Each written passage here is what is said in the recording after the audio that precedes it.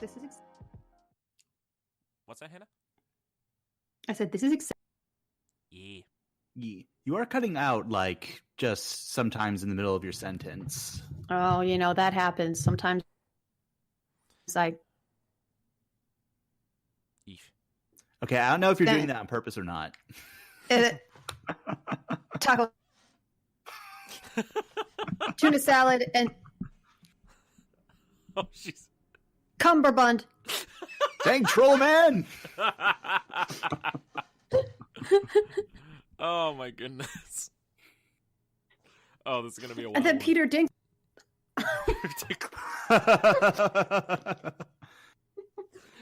All right. We all ready? Had to be there. Yeah, I'm ready. All right, let's get into it. Welcome, ladies and gentlemen, to the General Geekery Podcast, the podcast where we like to geek out about all the things we like to geek out about unabashedly and with no remorse whatsoever. I regret now. No regrets at all. As always, I'm Donald Kaczynski.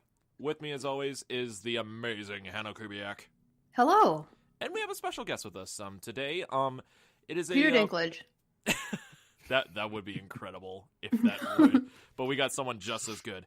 He's a good friend of ours in the theater community and is also a fellow geek alongside us.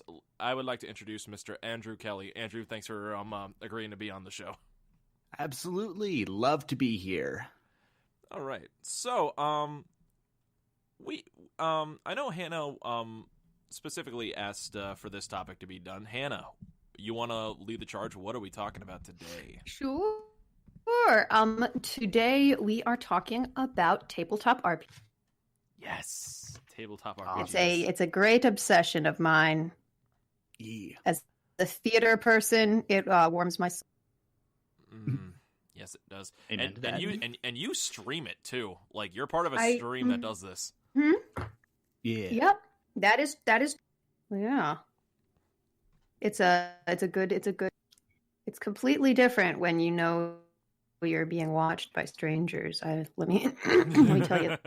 Oh, I believe you. Oh, I do too.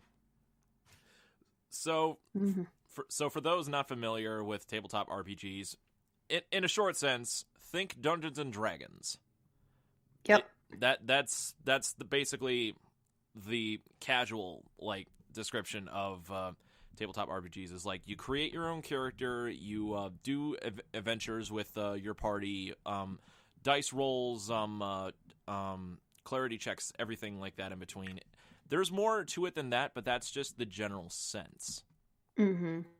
But outside of just that, there are so many different versions of tabletop RPGs. Yep. It's a genre that I think is pretty much unparalleled unlike any other.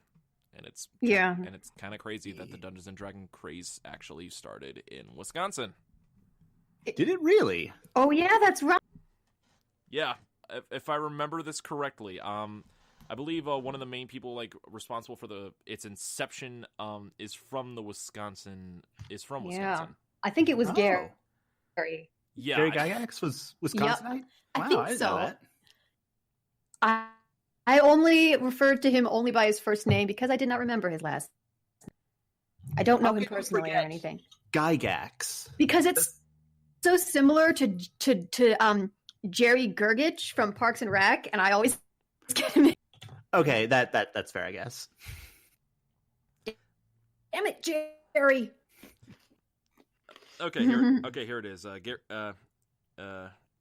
Gygax was born and raised in Chicago, Illinois, but hey, my hometown. He resided around Lake Geneva in Wisconsin. Oh. I am familiar with Lake Geneva in that I know it. Yeah, I know it's a place that exists. Never been there. In Wisconsin. I've seen it on a map before. Indeed. Yeah. Okay, so not from Wisconsin then? He's from the Midwest area. He was born in Chicago. But he lived in Wisconsin.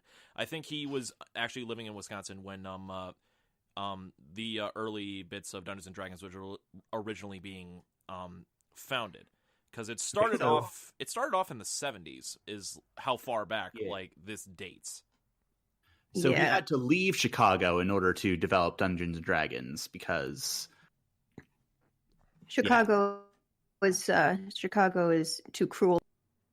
Yeah, it's But Chicago. I don't know. Chicago is too cruel to everybody. So yes. 1970 Chicago is not ready to understand the fun of Dungeons and Dragons. That's why I must go to Wisconsin. Western Wisconsin. Dun, dun, dun. We must go somewhere no one would dare to go. Western Wisconsin. You fool! You'll You never fool. return. If you were to actually say that, you would say the far north of Wisconsin, but that's a different thing entirely. Yep. New Jersey. Oh, dear God. Don't be an idiot. But yeah, like... Are you truly suggesting that New Jersey should be part of our plan? I am suggesting that New Jersey should not be part of anything ever. Oh, poor New Jersey. I apologize to any people in New Jersey who are listening to this episode of the podcast. But... It's just a state that the name of the state sounds really kind of like how the British make fun of Belgium all the time. Oh God, yeah. So it just sounds so weird in a British accent. Belgium. So, yeah. So the foundations for tabletop RPGs have been around for decades, and like through like the early Dungeons and Dragons craze, it was mainly a lot of like underground stuff that a lot of people did just DIY themselves. It wasn't really it didn't really catch on, I think, in the mainstream until as it started getting a little bit more of a following in like the 90s and stuff like that. But I think the big thing that really brought it in the spotlight was the streaming series Critical Role with Matt Mercer. Definitely recent years. That's been in recent boom. years. Like that's how people our age mostly they know about D&D. Yeah. Well, I mean, I think so. It's not how I know about it, but I know of it. Right, like for a more And that it is for a more casual experience, like around like probably like the last decade or so is like when more geeky hobbies and everything started being the new norm and cool and everything like that. Yep. And Critical Role kind of did that with Dungeons and Dragons, but we all experienced DMD through like different things for our first time with tabletop RPGs. Yeah. I mean, those are always real interesting stories. Like, how did y'all get started with tabletop RPG? Well, for me with tabletop RPGs, I was introduced to them early on as a kid. My godparents, their eldest son, did a lot of like geeky stuff. He did. I always looked up to him as like a big brother, and he always let me play video games and everything. I actually saw him and his friends do a D&D session one time, and I thought it was really cool. It was actually my early stages of like trying to do impressions and acting, which is what I would eventually come to do. I never actually did a full-on Dungeons and Dragons campaign until I did a one-shot in college, which was part of which was actually like a little bit of like an audition, not an audition session, but it was actually a rehearsal session for a theater production about Dungeons and Dragons. Oh, was that She Fights Monsters? Yep, it was the She Kills Monsters show. It was basically She Kills. Yeah, Keen Yen, who is a fantastic playwright known for all of his like action-oriented pieces, did a Dungeons and Dragons themed show. And I actually did my first one shot and everything through that, and then afterwards I've been in a few campaigns here and there. I always prefer playing rogues or bards and everything like that because I can be quirky without being too over the top. Oh yeah. Those are my two preferred classes. Those are what somebody from my Monday night group would describe as the shisty classes. Yeah. but I always try to mix up like the races that I do for like the different campaigns, just because like yeah, you can do same classes, but it's with the different races. You can have like a little more fun with the personalities. Lately, Yeah. Oh yeah. lately I've been really big into the tiefling race. Hmm. I found those are really fun to do with, especially as a bard. Oh yeah. I mean, they are quite charismatic, if I recall correctly. Yeah, and when I first made a tiefling bard, and the DM, who was a friend of mine in college, shout out to you, Peter, if you're listening to this right now. He's like, that is actually a really good combination. I'm like, seriously? And he's like, yeah. I'm like, awesome. It was like one of the first campaigns I ever did with him, and it was a lot of fun. That's cool. Hannah. Yeah. So Andrew, how did you get started in? Okay. Yeah. So I didn't get started till college. I mean, growing up, I did a lot of different tabletop gaming. Like, I knew a lot of board games. I played both Magic the Gathering and Warhammer 40,000 at separate times during high school. Ooh. Yeah. But didn't get into tabletop RPGs or Dungeons and Dragons until freshman year of college, when I joined a campaign run by a couple of upperclassmen friends of mine. And I did that on and off for a couple years in college before junior year happened, and that destroyed any semblance of free time that I had left in my life. Yeah.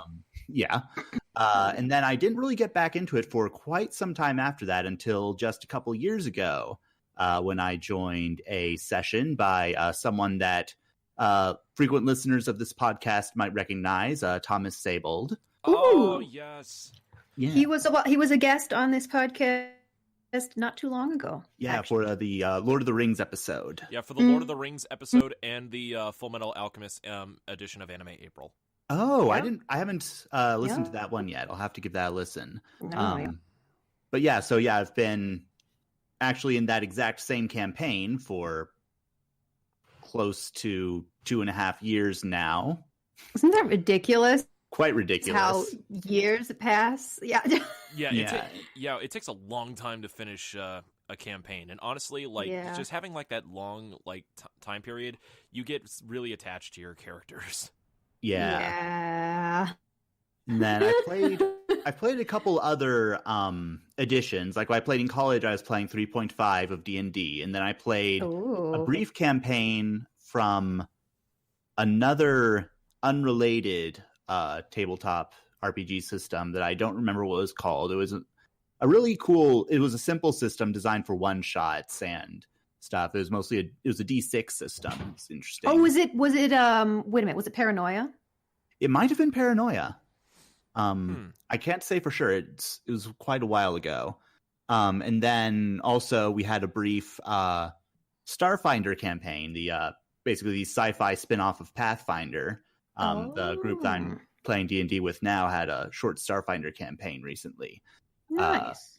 And yep, that's basically my experience on tabletop gaming, tabletop RPGs. Nice. Awesome. Hannah, you want to share a little bit if you want? Mm-hmm. Oh yeah, sure. So I actually got roped into playing D&D 5e no. I have this vague memory. I wasn't quite sure what the game was at the time, but my uncle ran this one shot for my sister and my cousin. And there was something to do with like going down into a sewer, and I got eaten by a rat. As happens. So yes, so I only just now remembered that. So thank you. So I guess that was my first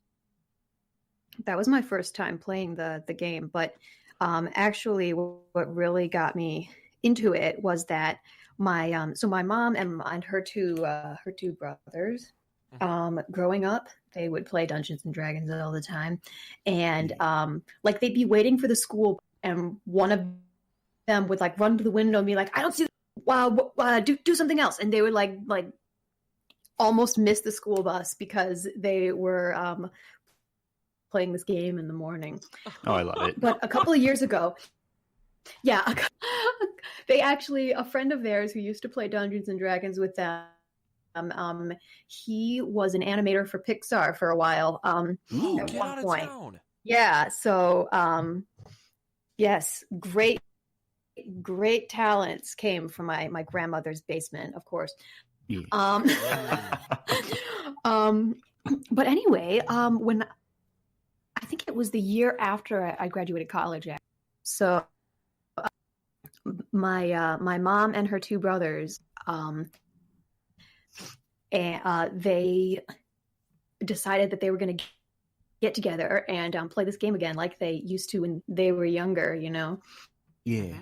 And so it was introduced to me by my by my family, so it's tons of fun. I actually ended up what I did was I was playing a character that I hadn't actually created myself, but it had been created by my cousin, who was 9 and very distractible and got bored.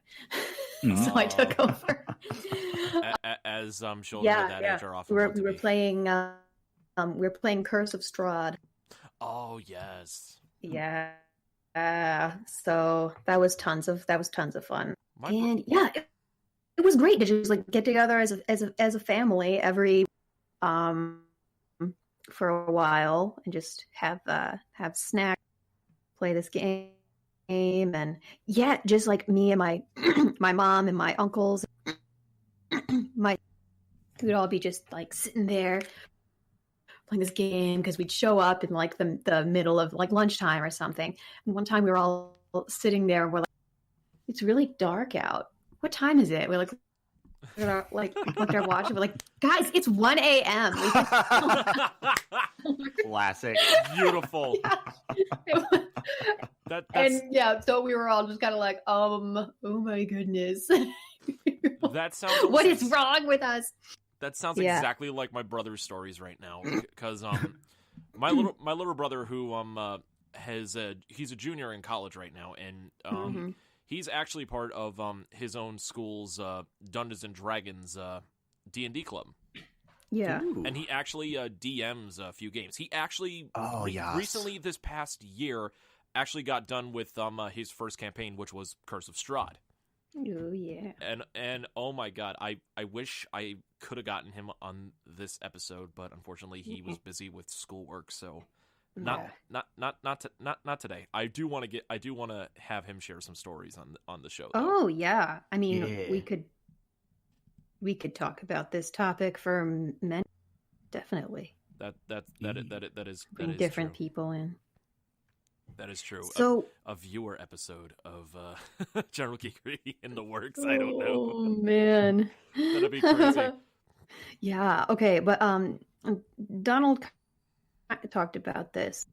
I think it'd be cool if me and Andrew talked about this as well. Like, I like to ask people this question because I love questions that kind of tell me a little bit about what you're like as a. So, like, what is your favorite class to play? That is a great question. Yeah. Your stunned silence is very reassuring.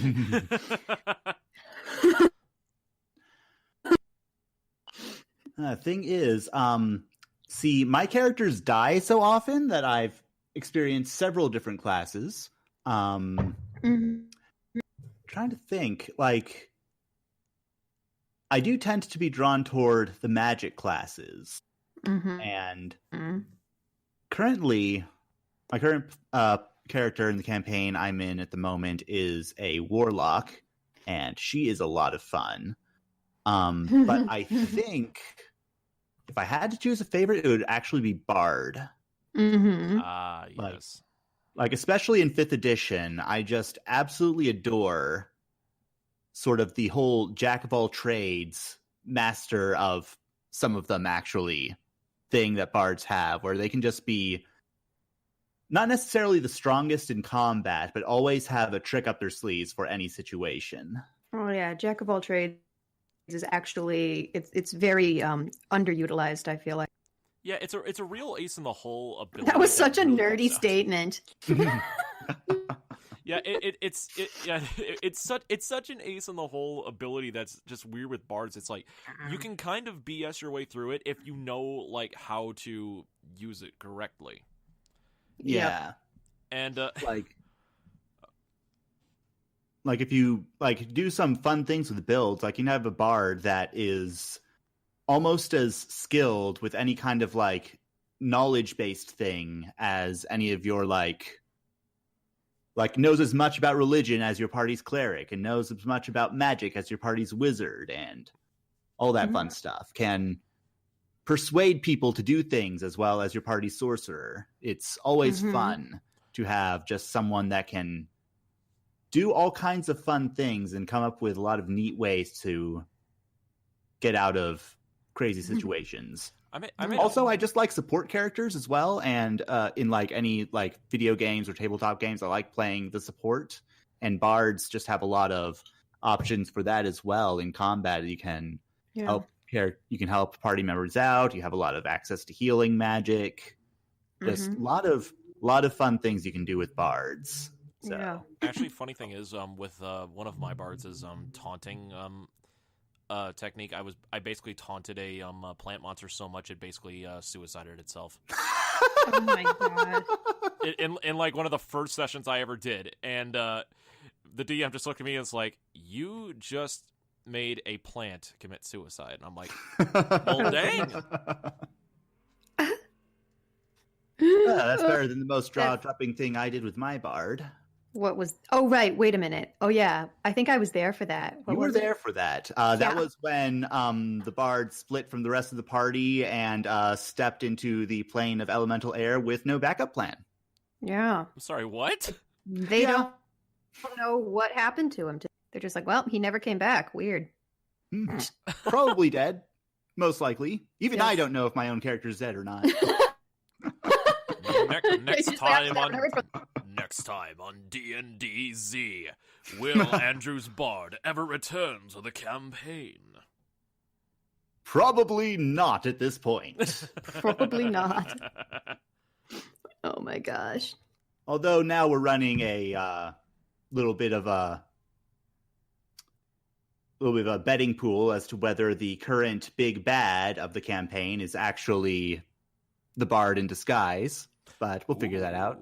Oh my gosh, that would be interesting. I mean, it's almost certainly false, but I mean, it's still fun to imagine. a bard as a big bad. That would be interesting. Yeah. The BBB. The big bad bard. No, I'm just kidding. So bad bard. Bad. It's time to bard. Yes.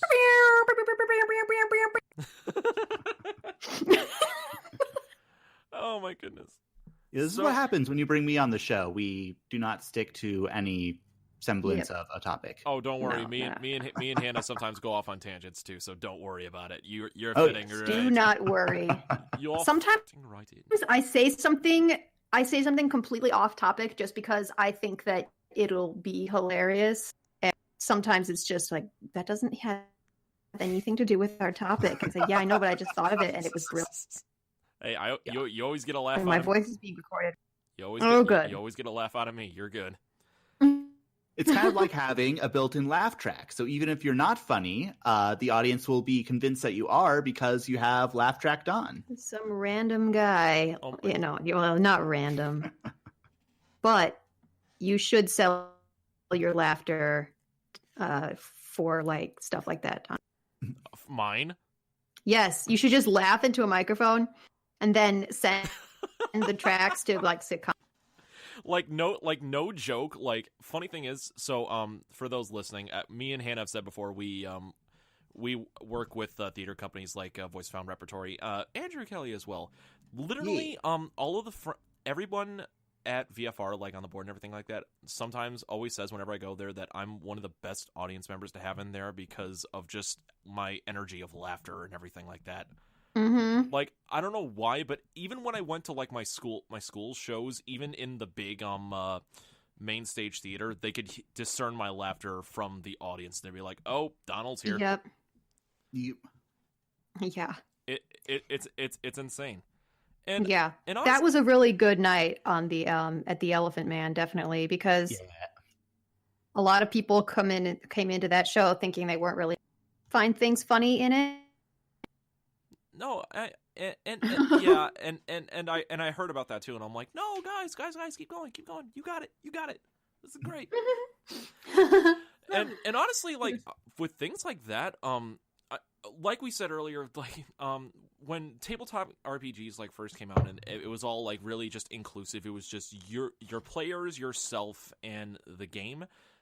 Lately, like a lot of people have been taking their campaigns to stream in order to get response, in order to have audience interact and respond and everything like that. It's like it's become its own entity with with the streams. Yeah. We actually do this thing on Loaded Dice, which streams every Monday night at 7:30 Central. Shameless plug. Yep. What channel? Twitch.tv/Loaded Dice Adventures. Thank you. You're welcome. And we do this thing where we have some we have a lot of audience player interaction, actually. So in our usual space, we've been kind of we've been playing virtually over, like, everybody has their webcam and stuff, so it's basically talking head format right now. But we usually in our studio we have a screen with the chat on it, and people will like ask questions and stuff or make comments, and sometimes we have whole conversations with people from the chat. And nice. If someone subscribes or something, we welcome them, and there've actually been a couple of things. People people who view frequently are able to sort of contribute to the building of the world. Like, we've had somebody create an NPC before who like won one of our raffles or something. We've had people we did a dungeon crawl one time where it was basically just all random, and the viewers could decide like what tile to put down next. That was like the next room or whatever, that we were going into. So that's a lot of fun. Oh yeah, and then you guys have like your viewer point like gold system set up. That because I know like in the chat, like it for some Twitch streams, like they have like a redemption point things where you can gain points by watching or doing gamble away with the bots in the chat. And I know I've done this on several occasions. I've actually given away some of my gold in order to give inspiration tokens to several of the parties. That too. That is extremely helpful. Yeah. And that's probably saved us a couple of times that we had that. Especially during people are so. Especially during one stream that you guys had, I think it was like 6 or 7 months ago. Like, there was an entire string for an hour. Like, I think like maybe 30 nat 20s were rolled. Oh, wow. My God! No, not 30. That's what it felt. 12. That's what it felt like, because it kept popping up one after another. Yeah. That was the night that my red die had the blessing upon it for some reason. Yeah, and it was the same dice over and over again. Yeah. But since then, it hasn't rolled well at all. So very weird. For those of you listeners who might be falling a little behind, nat 20 refers to a roll of a 20 on a 20-sided dice, which is a good thing. Oh yes, thank you. It is a good thing. Thank you, Mr. Kelly. Yeah, literally, with Dungeons and Dragons. Hey, no! The cat is eating my wheat thins. Go away! Kafka, no! Kafka, yes. Kafka, love. Don't eat Stop meowing so pitifully. Oh, we love meowing Kafka. Like baby, like you're starving or something. But yeah, dice rolls are always so important with D&D because it depends. The dice rolls determine your attack value. It determines your effectiveness at persuasion, or just tiny little things that do a lot for making this world. Like Mm-hmm. it determines the flow of the story to a good extent. And nat 20s are basically the best value you can get. Mm-hmm. And my goodness, yeah, I wish that real life worked like that, where you have like a 5% chance of being totally epic. If real life worked like that, I'd be rolling a lot of low numbers. I can be sure. you get a. Well, yeah, I mean it's mostly mediocre. Okay. What if I were to give you $1 million right now for you to spend the rest of your life? But from now on, any choice you make must be determined by the roll of a nat 20, by a 20-sided die. I would be okay with this because $1 million is a lot of money. Yeah, but let's say you try to spend the money in a way that you want to, but in order for you to determine like how much money to give, you would have to roll on the 20. What if you roll the 1 and you just end up spending all $1 million just to buy like a can of tomatoes? What if they are really good tomatoes? Not for $1 million. The store would not allow you. I could make some truly amazing marinara sauce out of $1 million tomatoes. They're magic tomatoes. Yeah. Yeah. Oh man. Yeah, that was a weird off topic question. I don't know. Like I had that pop in my mind. I'm like, I need to ask this since we were on the subject of the dice roll. Yeah. Oh my gosh. I think this topic would not be complete without a couple of stories of like epic stuff that's happened. Like people talk about that happens in D&D as though it actually happened, which I really enjoy. Yeah. Oh yeah. Absolutely. I never answered my own question. Actually, your favorite classes? Yeah, the class. Go right ahead. So I would say that the two that I tend towards usually are clerics and monks, right? Yeah. Yes. So like wisdom people. Yeah. I just think monks are so cool because they're basically they don't really have any magical powers. They're just really just masters of what I heard somebody once say, superhuman bullshit, basically. Like, oh, you're shooting an arrow at me? I catch it. Monks are anime protagonists in D&D. Mm-hmm. They are, and I love it. They are literally the One Punch Man of D&D. Oh yeah. That actually reminds me. Since we were on the topic of D&D stories, my brother, like any single time, like me and him spend an extended amount of time together, eventually he'll get onto the topic of like some D&D stories that he has done in college. He has this story about this one monk character that he created for a campaign was basically a glass cannon and saved them extenuously all the time.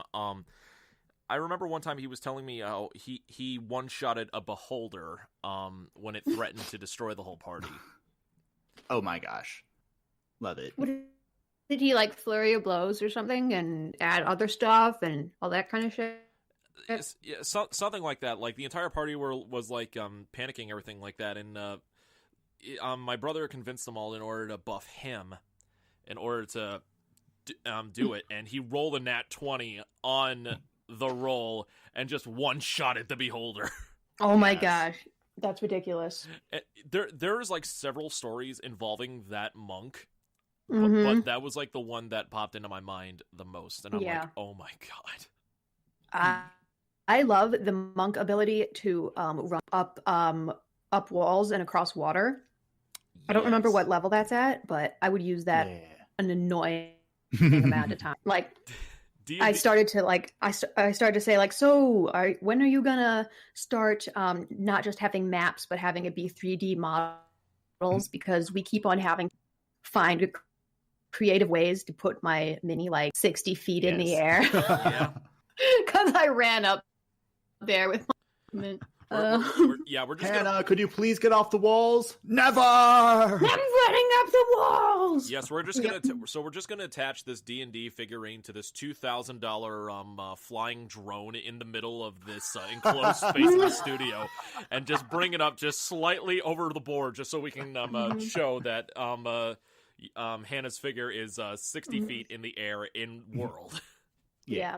One time for scale purposes, because we had to get creative with the minis and stuff. One time for scale purposes, we had all of our minis on the map, and then we had they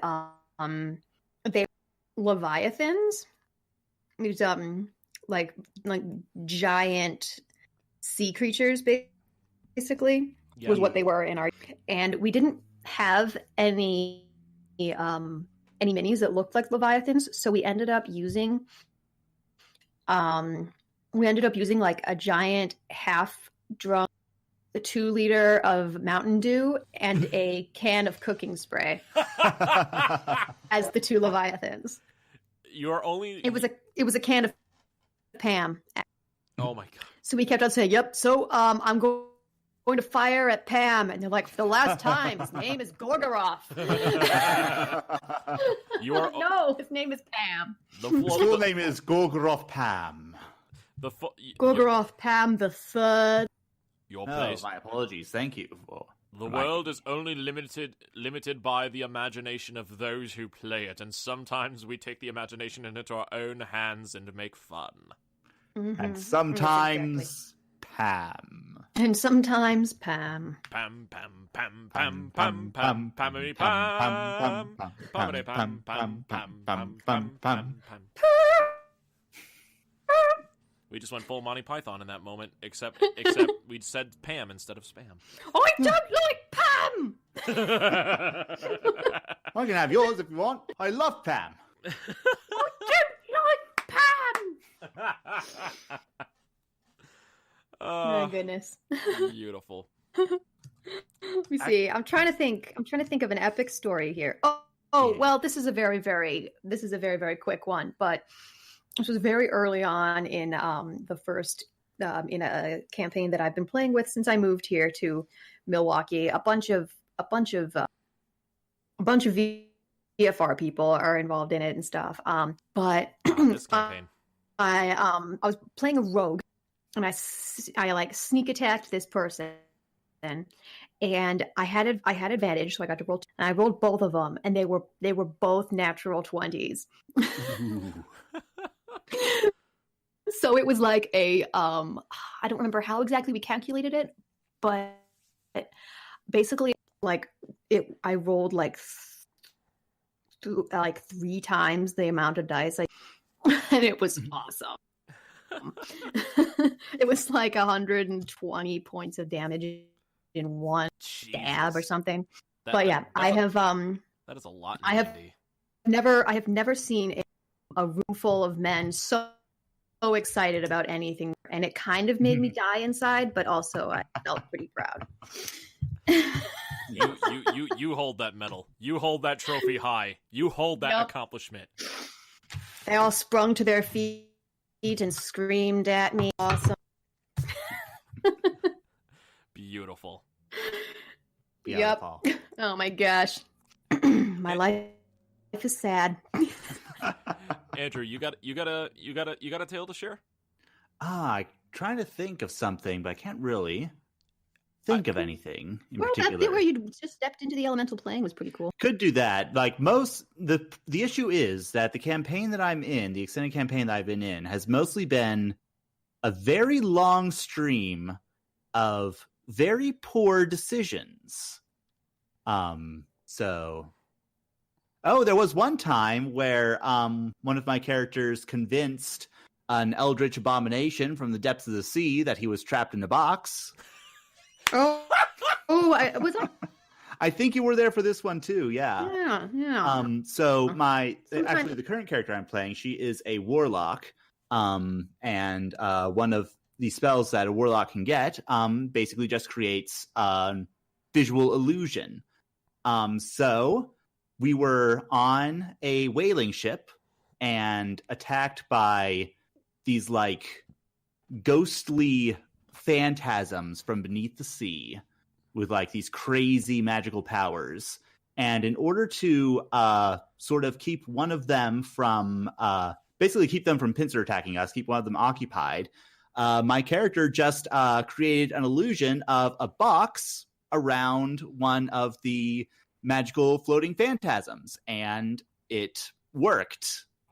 That is incredible. Yep. That is that is hilariously incredible. Oh my god. I'm just imagining something akin to like the eldritch beings that you find in like Bloodborne, just like being being stopped just by being surrounded by a box. I'm just like, oh my god, that sounds amazing. Oh yes. Oh gosh. Amygdala is trapped in this box and cannot escape. Excellent. Prey slaughtered. Oh my gosh. I actually have go ahead. I have another one, but go. I have two stories. One is one that a friend of mine told me happened in one of his campaigns, as well as one of my own. I'll do the one of my own first. This one actually happened with like the first session that I ever was a part of. It was the one shot that was for the Shekel's Monsters show, and I still remember this to this day because this was at the end of it. Along the way, we picked up this weird looking dagger. It was like made out of stone, and it seemed very ornamental. And I was playing a rogue during this one shot, and I was like, I'll keep it just in case like something needs to happen like with it. I can keep it safe. And so we get to the final area. Eventually, we somehow, through a series of unfortunate events, we end up releasing the great dragon that was sealed away in this cavern. Yeah, we've never done that. That's a and, lie. And there were, if I remember correct, there were clues along the way that basically the dagger was needed to be used for something against the dragon. Unfortunately, before my turn could come across, and I was going to try to divine something from the dragon, since I was I think I was a dragonborn rogue at the time, so I don't know. Ooh, that's an interesting combination of class and race. Yeah, I know, that was the thing. It was all from character sheets that were pre-prepared for us. One of the other party members took the dagger from me and just tried to throw it at the dragon's head, and I went, "You fool!" Mm-hmm. And the entire session ended with the dragon just basically killing everything. And I was up next. I could have tried something.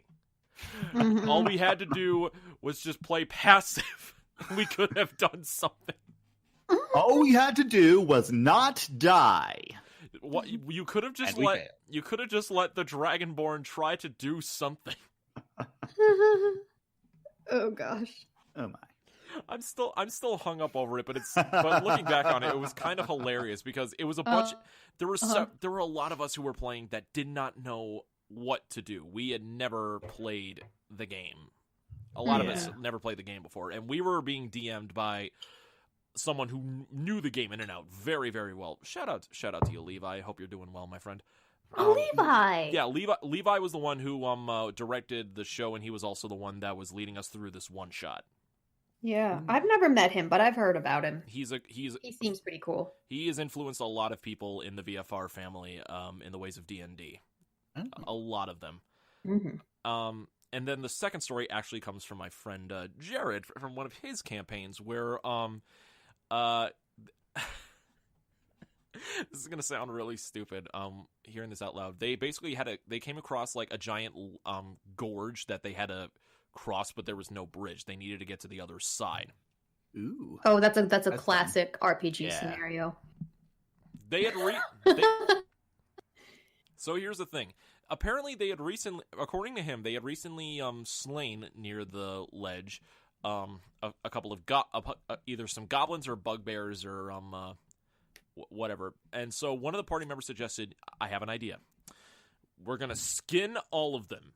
We're going to use their bones to create a flying glider contraption, and we're going to use the skin as the cloth material in order to float across it. Oh my gosh.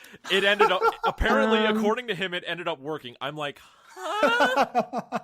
So you mean to tell me creative problem-solving solutions? How in the world? I mean, you'd probably use inspiration for that, but I don't think that it would actually work. It would just be more like you would today. Through some kind Have of some good luck in the future. from the way he described it, through some kind of divine intervention and high dice rolls, they managed to make it work. I'm like, how? Like D&D can create some of the most epic solutions that players can get their way out of. Some people come up with some really dumb ideas that somehow end up working. Like it's crazy the creativity that comes from sessions. Mm-hmm. And he's telling the story, and I'm just looking at him dumbfounded and everything like that. Like, do you guys ever seen the movie The Producers and the audience's reaction to finally watching the show when it comes out? I have not. I know the movie. No. I haven't seen it, though. Or even just the movie. The scene where they're actually seeing the show the producers put on, and it just cuts to the audience reactions, like all wide-eyed and agape because they can't believe what they're watching. Mm-hmm. That was me listening to that story. I'm just like.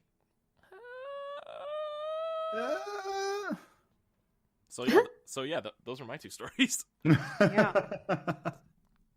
It actually segues pretty well. Speaking of dumb shit that did, or actually no, the skin glider did. Anyway. well, okay, it worked on the first try. It did not work. It did not work on the first try. Speaking of dumb shit. Yeah.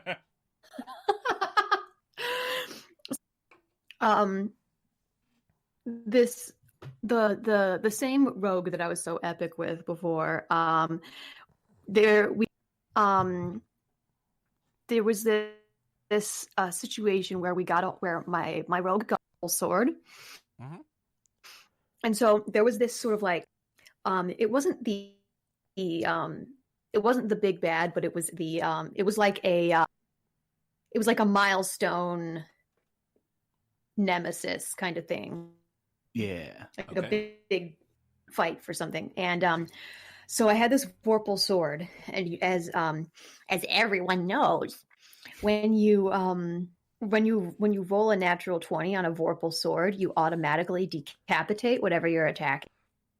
So it goes snicker snack. It goes snicker, and you leave it dead, and with its head you go glumping back. Yeah, everyone knows that. That's just like basic knowledge. Beautiful. Basic knowledge. But I also had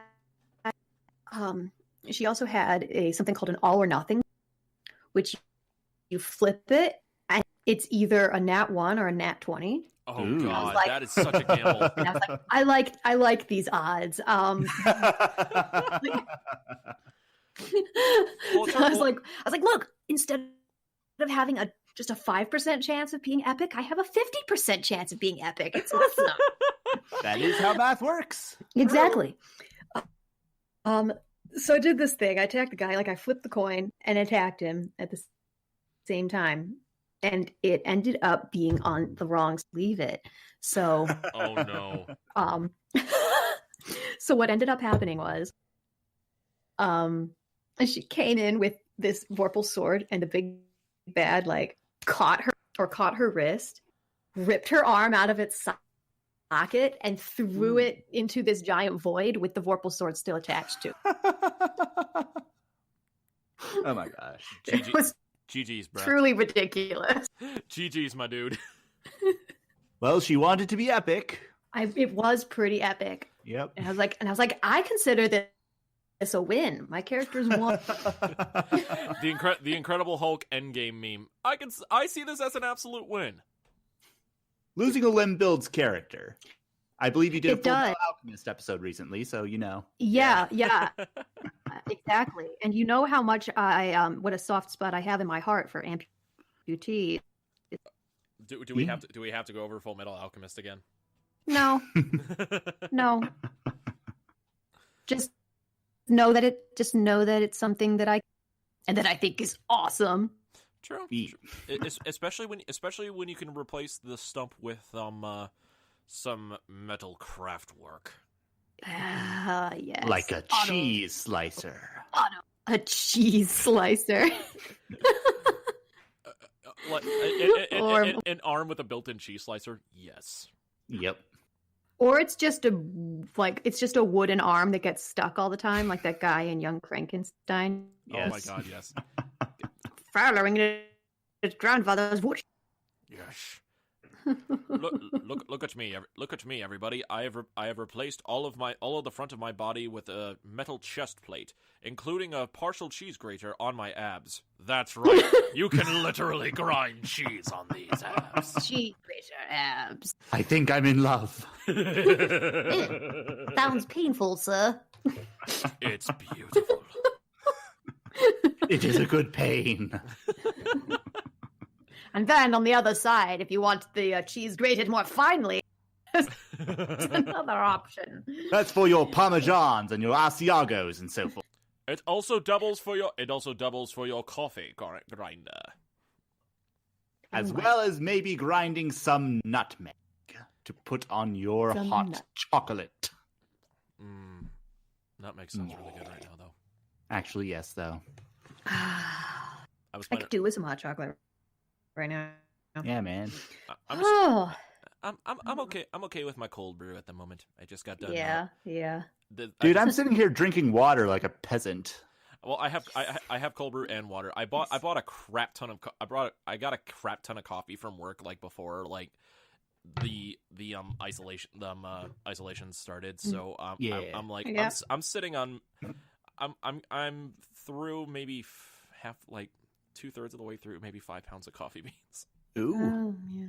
I have a lot of coffee also, but most of it is in bean form, and I don't have a coffee. How does that happen? Probably partially my fault. If it's coffee, Yes, Donald gives me some coffee beans sometimes when I come to work, and also I win coffee in VFR fundraising auctions. Oh yeah. Okay, yeah, Hannah. Next time, like when visits start happening, I'm gonna help you grind those beans.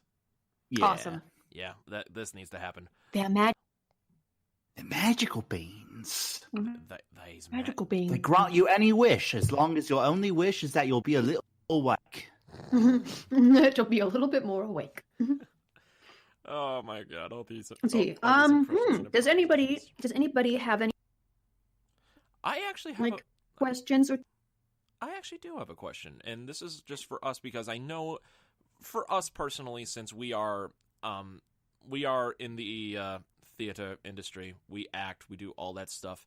Do you guys sometimes find it? Do you put a little pressure on yourself sometimes, since you actually do act and play characters as a profession, to like step up your improvisations with your characters sometimes, or do you just feel it's a little more natural for you? I would say, for my part, it feels more natural for me. Like I always say that I'm bad at improv. That is an excuse. I think if I've learned anything from my years playing D&D, it's actually that I'm pretty not bad at improv. Low key humble brag there. But no, it is a lot of fun to come up with a character and to really try different things with the character, and really the main thing, interacting with other people. That is probably my favorite aspect of D&D. I mean, I love building like different things within like the gamification of it all, and I enjoy like the game aspect a lot. But my favorite part is definitely improving as these crazy characters, and I definitely have a lot of fun with it. Every character that I've played so far has had some kind of crazy voice, for one thing. Like currently I am playing a very slightly Irish warlock woman, and before that I was a very deadpan and not in the least bit happy about anything ever bard who was sort of punk rock, I guess. And then in the Starfinder campaign, I played a little rat person who was just having fun being a rat and tinkering with machines, because I guess that's what he liked to do. Oh my gosh. Rat, stay away from my ab cheese. But I require cheese and also abs. No. We need a mug that says that. Rat, stay away from my ab cheese.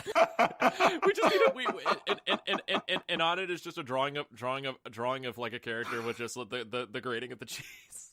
Oh my gosh, with just the guy with the cheese grater as his torso. Funny thing is, one of the reasons I came up with that joke is because like myself and a friend of mine we streamed this mobile like RPG game. Like there's a character in there that's based off of King Ramses the Second from Egypt, and he has abs for days. And she made the joke, "I want to grind cheese on those abs." Oh my gosh. So, but honestly, like. Yes, we need an ab grader. We need an ab grader for cheese. We also need to do some like voice acting pronto. Yeah. Hopefully I'm almost done getting some stuff in tune for that. I will keep y'all updated. Joy. I will keep y'all updated. But for myself, yeah, I actually find it kind of natural. Like I always love doing. You guys have been around me long enough to know. Like I love pulling voices like out of the top of my hat. Like just the top of your hat. If I had if I had a hat on, I actually have several hats in this room that I'm in right now. I have my steampunk top hat. I have 2 fedoras. I even have a little New York cap that makes me look kind of like a nosy. You know? Yeah. Yeah. Little newsy boy. Picking up what you're throwing down. Yeah. And not better than being a newsy rat who, now that I think about it, sounds very vaguely like the little bat guy from Anastasia. But continue. Oh, I was thinking Peter Lorre. Oh, Peter Lorre as a Peter little Lorre. rat. He is amazing. Peter Lorre. Peter Lorre is really, I quite enjoy anything Peter Lorre in it. Oh, man. Yes. I'm sorry, I keep interrupting. No, it's okay. Rick, that was a fun. You have to hide me. But yeah, like just doing Bartok the Magnificent. But yeah, it's really fun to like do stuff like that. I think that's also like a why I like to tend to play bards a little bit more, is because I can use those voices so much to like advantage when my party needs it. Yeah. That I love playing other characters as well, but it's just like sometimes like I need to be the good old bard in order to like have that kind of like useless skill on hand. Yeah.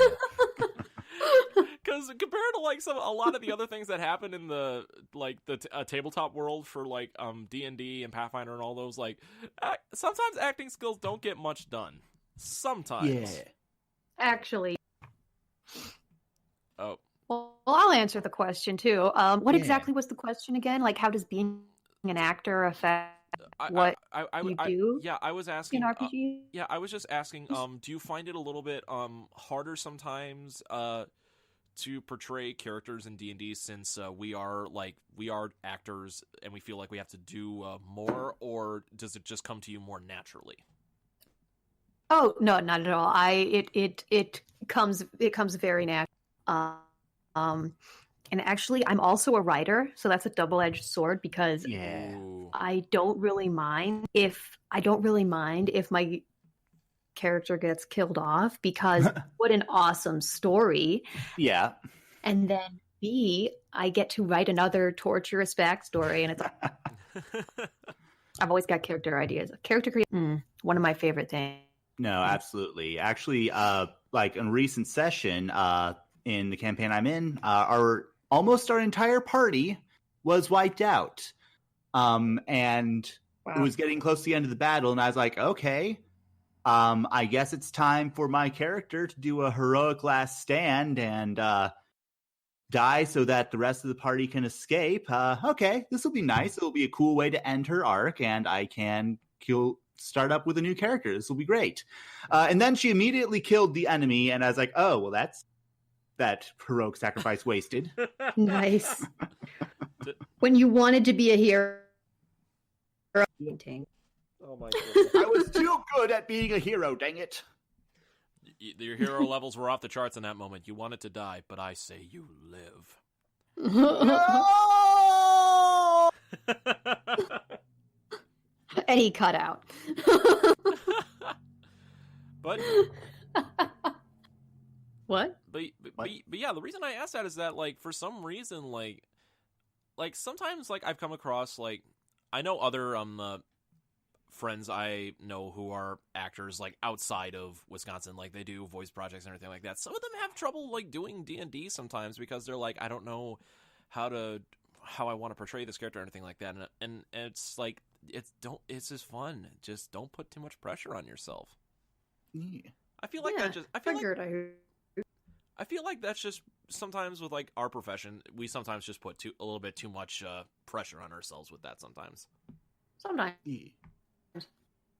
Although it is kind of one of the things where it's got very low stakes, really. Like, it's kind of like, okay, so you do this sort of thing professionally where you're writing stories or something, and you're trying to make a living doing it. But then you also are doing this thing for fun, and you have to. There's not going to really be any audience except for just, a handful of friends. Or, right. If you're streaming it, it's kind of different. Right. But I also mean, like, I think it just boils down to, like, it's because, like, it's a personal thing for us that we're actually creating these characters that we personally want them to be. So maybe it's just a little bit of just like, okay, how am I gonna do it like this? How am I gonna do it like that? Maybe it's just like a little bit of, like, personal possession kind of thing. I mean, that works for me right up until my writer brain gets in my way and my character's like, no, I'm going to do something completely different because drama, I guess. That'll happen. Yep. I definitely do. I definitely do stupid things sometimes just because I'm bored. That sounds like... I mean, that's not even D&D. That's just life in general. Yeah. Sometimes you have to do some dumb in order to balance out the regular. Yep. We'll pretend that's, exactly. That's the reason, yeah. Yep. Like the most recent session I was in, I ended up getting myself arrested, and it totally wasn't necessary. Apparently, assaulting a policeman is a crime. Wait, what? All this time! My goodness. My mind, my physical understanding of laws and rules has been transformed! I mean, I know you're supposed to learn something new every day, but that's just a little too out there, man. I mean, policemen, aren't they out there to be no. Oh my goodness. Oh my Cut that, Donald.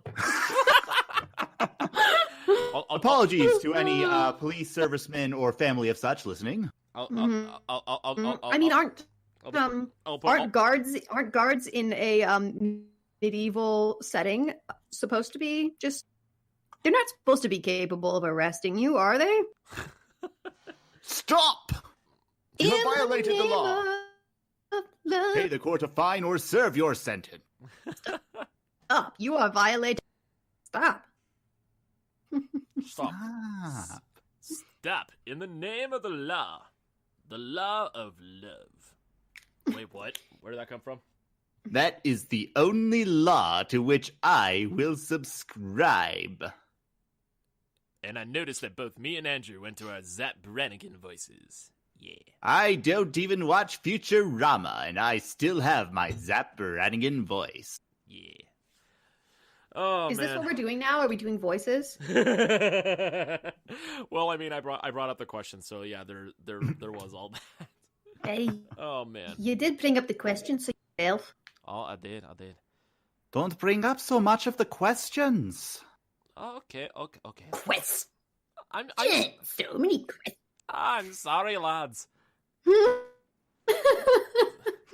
Yeah, sorry about... I hope this isn't the first episode anybody listens to, because they're just be like, what the heck? So See, this is why it took them this long to get me on the podcast, because I knew this would happen. Yeah. This has been like 20% serious discussion, 20% 20%. Oh, hold on one quick second, guys. I'll be right back. Where are you going? Okay, fine. While he's gone. Wow, what a person Don is. I can't believe he left. I mean, he's so hosting unprofessional. I know, he just leaves us sitting here on his screen. Started raining. I had to close my window. Oh, Don, yes, We like you were definitely saying, did. you're a totally like super professional and great guy, and Yep. You're yeah, super professional. I'm sorry. Super It started raining out of nowhere. What do you want from me? How dare you not control your weather? I mean, weather is just weather. I'm sorry, but I don't Whether have you like it or not. I'm sorry, you guys, but unfortunately, I don't have an ocarina that allows me to control the weather. Hey, Go ocarina. get one. Well, I mean, I do have one, but I don't know the Song of Storms. I still don't know how to play it. Oh my gosh, just Song go of to a farm Storm. somewhere and find a guy who will teach you a song and then You've been thunderstruck. Woo! That's the Song of Storm. Indeed.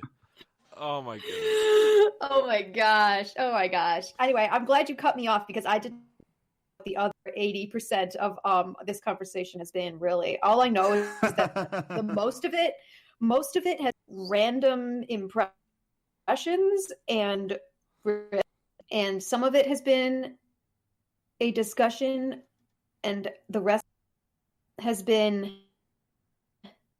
Donald going to close his window in the middle of recording. Okay. Yeah, a solid 2% of the Solid podcast.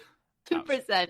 Okay, more like 0.5%, but Yeah, and then about 1% of it was spent berating Donald and telling him to cut.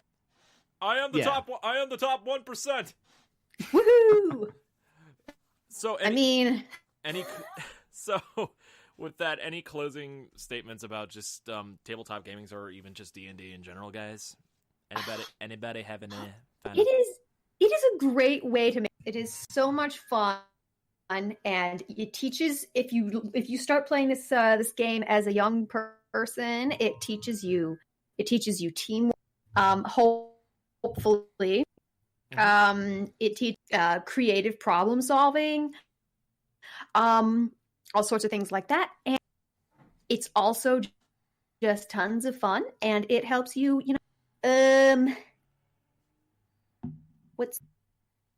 relax.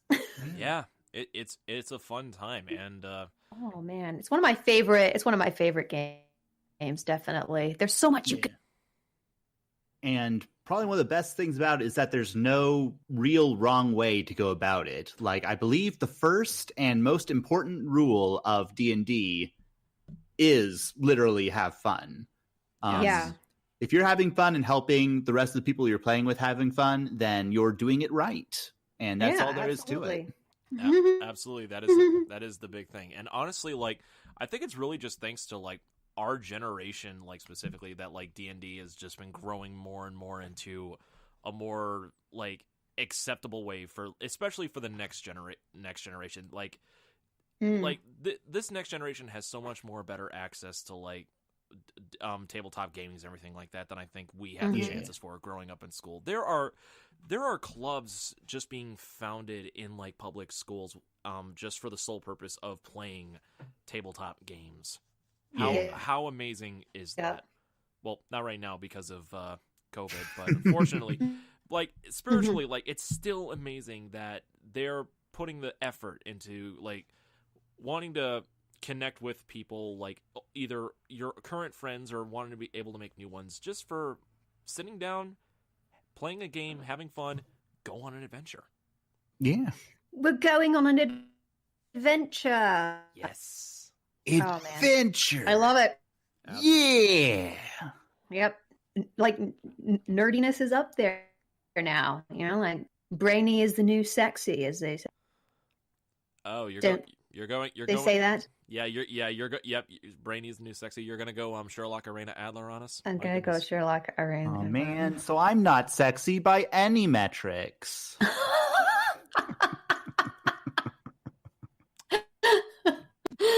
Oh, I don't know how to respond to that.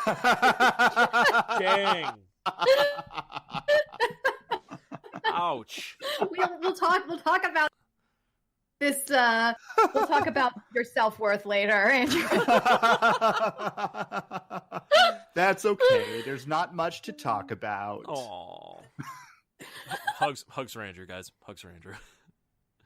I apologize for that. I say things that are wrong just because funny. No, you're okay. Yep, I'm I in do good that company. too. We do it constantly. Don't even worry. It's all right, man.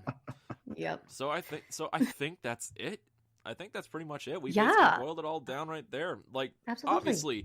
obviously there is much more to talk about with D&D and just tabletop in general, and we'll probably have another episode on it. But for now, Yeah, probably. this is Maybe at some point do an episode on the influence that D&D has had over the years on the world of video gaming, because I have some very definite opinions on video game RPGs as well. Ooh. So throwing it out there. Ooh, Yeah, write that down. Oh yeah, absolutely. That will come in a future episode, and we will absolutely bring you back for that. It's been a pleasure having you on here, Andrew. Oh, it's been a pleasure to be absolutely. on here. We will do, hopefully in person. Yeah. Here's hoping, and I can actually make everybody coffee again. On the Yep. other side. That's something I miss. On the other side. But regardless, guys, I think that's gonna be it. Thank you, everyone, for listening to this episode of the General Geekery Podcast. As always, if you like what you hear, just make sure to follow us wherever you guys have found us, either on Spreaker, Spotify, Stitcher, or even on my personal YouTube channel that I upload the episodes to at Anime Rev Productions. Make sure, and you can also make sure to follow the General Geekery Podcast on social media at General Geekery on Instagram, as well as Gen Geek Podcast on Facebook and on Twitter. As for who wants to share their social media stuff if they want to share it first? Oh, so you can find me adventuring and rolling dice with my party every Monday, 7:30 Central at twitch.tv/Loaded Dice Adventures. Actually, right after this, I'm going to hang up and log on to that. So, yes, today's Monday. Beautiful. And you can also follow me on Instagram at Pythian Legume. And if you enjoy the sound of my voice and want to hear me talking with a voice that's very similar to my own, but distinct as well, you can listen to the Splankniks podcast, which is a podcast that I do with my mom, where we talk about kind of geeky things and through the lens of different generations, and how you could pass such things on to your children, as she has done. It's a little bit more intellectual sounding sometimes than what I offer as a co-host with Hannah. So, it's a little bit more. What? You cut out there. You cut out there. Like it's a little bit. It sounds a little. It's like Splankniks is a little more refined and intellectual sounding sometimes. Not by much. Good. I was just gonna be truthfully. I think my mom is like, she knows more, but then again, she's got like 20-something years on us. So true. Yeah, that's very true. Yeah. Yes. Andrew, did you want to share anything yourself? You cannot find me on social media, for I am reclusive and as difficult to find as the owl bear. That's all I got. That's perfectly okay. That's so mysterious. So mysterious. He is an enigma, ladies and gentlemen. And as for myself, you guys can find me on social media such as Twitter and Instagram, as well as on Twitch as well at RyuzakiMK7. And yeah, you can also check out actually some recent stuff I did. You can actually check out some voice acting clips that I did for an actual challenge at Anime Rev Productions on YouTube. I actually did a little voice acting challenge thing. I made it to the third round before I did not make this. I made it to the third round before I did not make the semifinals. But all of the entries I did are up there. I had a lot of fun doing them. So if you feel like you want to go check them out, go check them out. Yeah. So, Andrew, again, thanks for joining in, man. Like, it's been awesome having you on, and your insight into the world of tabletop RPGs has been amazing. Yes. Well, thank you for having me. Again, just so much fun being on here. Love you both very much, and glad to be hanging out with you guys during this time of not hanging out with people. Yeah. And we will absolutely have you on again. It's been an absolute pleasure. So, excellent. Thank you. So, guys, this has been episode 26 of the General Geekery Podcast. For Mr. Andrew Kelly, for Miss Hannah Kubiak, I am Mr. Donald Kaczynski. And until next time, guys, keep the dice rolling, slay the dragon, have fun, but always, while you're doing it, make sure to keep your geek on. Yee. Always. And forever. Clink, clink. Yes. I took 2 cups with me so that I could do clink clink. Yes, on point. We're out of here. Good night, everybody. Night.